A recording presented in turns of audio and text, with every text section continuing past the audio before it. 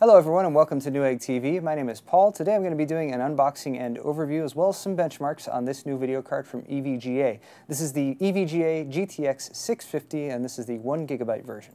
We'll start off with a closer look at the retail box. The GPU on this video card from NVIDIA is the GeForce GTX 650. It is a Kepler-based video card, so the cards that started with the 680 have now come all the way down the line, 660 and now the 650.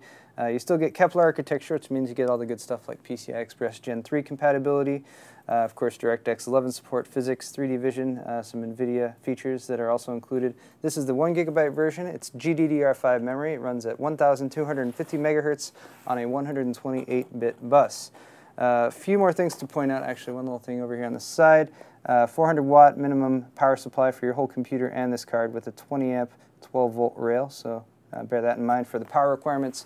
Also over here on the side we have some key features, so again with Kepler you get cool stuff like adaptive VSync, you can do NVIDIA Surround, you can actually do 3 concurrent displays out of this single tiny little video card. So you get 2 DVIs as well as a mini HDMI out, DirectX 11 physics, all that good stuff right there. Let's go ahead and get into the retail box. Here's all your accessories and box contents. You get a couple adapters, including a power adapter here. So if your power supply does not have 6-pin PCI Express, you can plug in a couple Molex plugs to this, and that will give you that power connector, which you do need for this video card. Again, bear in mind, 400 watt power supply at minimum is required. I recommend going a little bit higher than that just to make sure you've got some headroom. You also get a DVI to VGA adapter there, so if you have an older monitor, you can use it with one of the 2 DVI connectors on the card, because only one has the analog connectors as well as digital.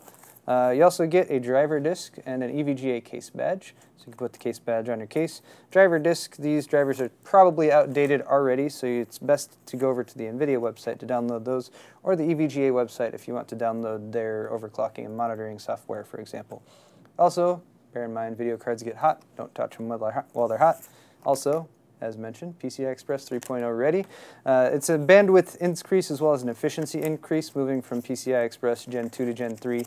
So it's not necessary if you are running a Gen 2 motherboard. Don't worry, this card will still function and you won't really lose out much because it's really hard to even saturate the bus on Gen 2. Anyway, this is sort of a general GeForce GTX 600 guide. You guys can use that to help install. You can also check out our how to build a computer video on YouTube if you want some more info. And then we get the full EVGA manual right here. That's about it for box accessories. Let's take a look at the card.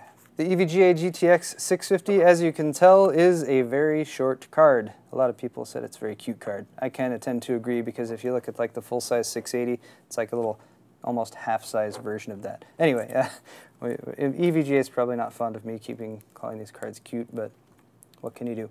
They do a lot to protect the card while it's in transit, so you get this little piece of plastic that covers the outside. I like to point out that EVGA actually puts some secondary coverage on their cards as well, so make sure you peel those off, because they're not doing you any favors by keeping them on. Although some people like to leave them on forever, I don't know. That's just a personal thing. You got one here and one in here, and there was also one on the fan right there. So be sure to pull those off if you get a chance. Apart from that, you got your PCI Express Gen 3 connector down there at the bottom. Physically the same as Gen 2 again, so backwards compatible, of course. No SLI finger on here, so no SLI support for the 650. Bear that in mind. This will be a single card solution if you are purchasing it, unless you're doing it for, I don't know, I guess you could set it up for physics or something like that, but who knows, maybe that's actually an effective choice. You get some nice wide gaps here at the bottom in the PCI bracket to allow plenty of air to flow out the back as the card warms up as it's doing its job. Also, you have, of course, your 2 dual-link DVI connectors there. The one on the right side there has your analog connectors on the right side, so if you are going to use that adapter, use it on that one. This one is digital only, so you can't convert that to a digital connection, but you can't convert that to an analog connection, but you can convert it to various digital connections. Finally got your mini HDMI right there, so you will need an adapter if you want to convert that over to a standard size HDMI plug. And of course, your dual-link DVIs can support resolutions up to 2560 by 1600. Looking at this side of the card, which is in most computer cases the side of the card you'll be looking at, you can see, well, again, very short card, actually measured. It's about 5 3/4 of an inch long. You will probably want to give yourself at least 6 inches of space, because I don't even know any motherboards that are shorter than that, but just bear that in mind.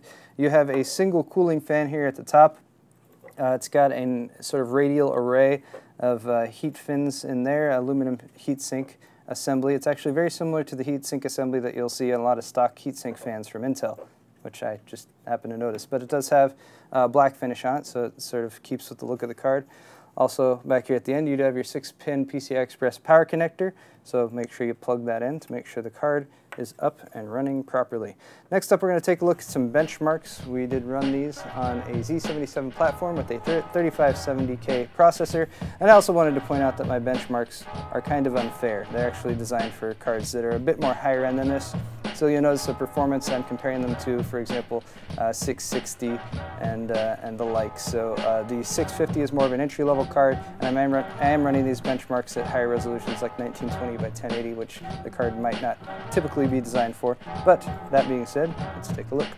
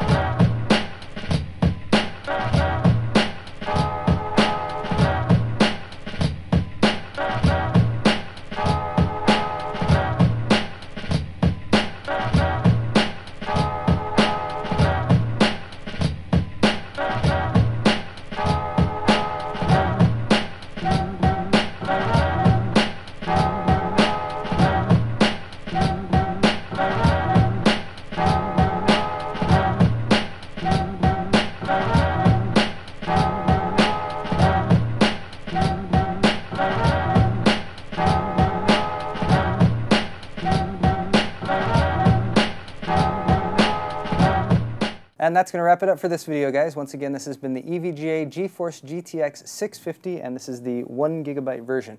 I'm Paul with Newegg TV. If you enjoyed today's video, you can head over to our Newegg YouTube channel, and of course, don't forget to subscribe for more tech videos. Thanks a lot for watching, and we'll see you next time.